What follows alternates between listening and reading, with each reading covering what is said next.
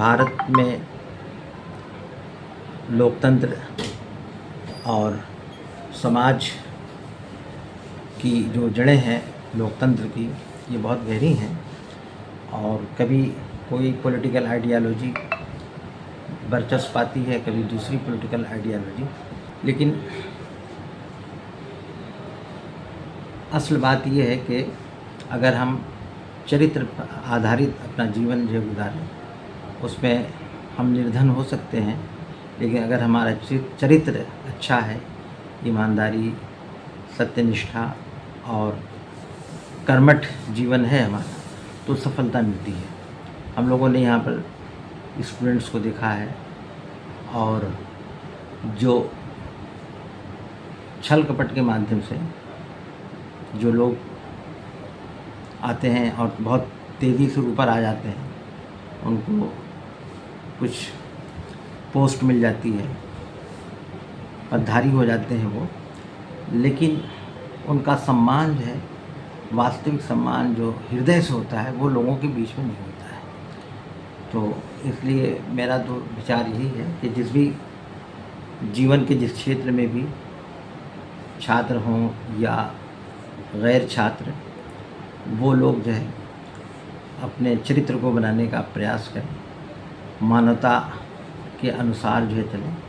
और ये देश में ये इसका इतिहास रहा है, ऊपर से चाहे टकराव ज़रूर रहा हो, लेकिन गांव-गांव में लोग मरने जीने में, एक दूसरे के दुख में, संकट की घड़ी में एक दूसरे का साथ देते हैं। वहाँ जाति, वहाँ धर्म और भाषा की जो विभिन्नताएं हैं वो ख़त्म हो जाती हैं।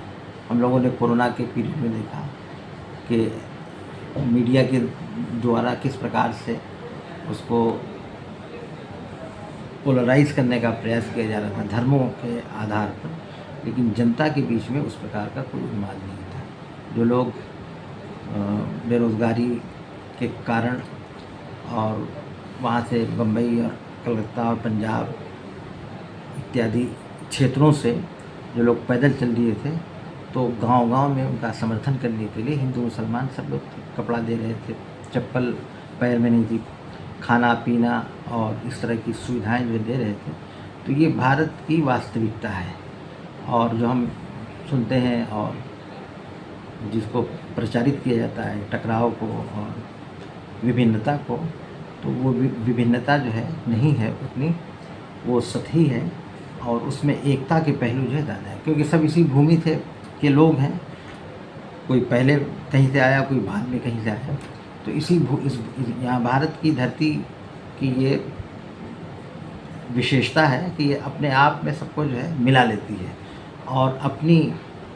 तो इसको कवि इकबाल ने कहा है, यूनानो मिस्र रोमा सब मिट गए जहाँ से, बाकी मगर है अब तक नामो निशा हमारा। ये यूनान यानी ग्रीस, मिस्र इजिप्ट और रोमा यानी इटली, इन किसी समय में इनकी बड़ी सिविलाइजेशन थी, बड़ा नाम था, सुपर पावर हुआ करते थे ये लोग, लेकिन आज उस तरह का नहीं है। और भारत अपने इतिहास के समय से आज तक जो है भारत का गौरव और भारत का वो है। और भारत का जो डायस्पोरा है, थोड़ा सा हम आपको डायस्पोरा पर भी बता दें, क्योंकि ये मेरा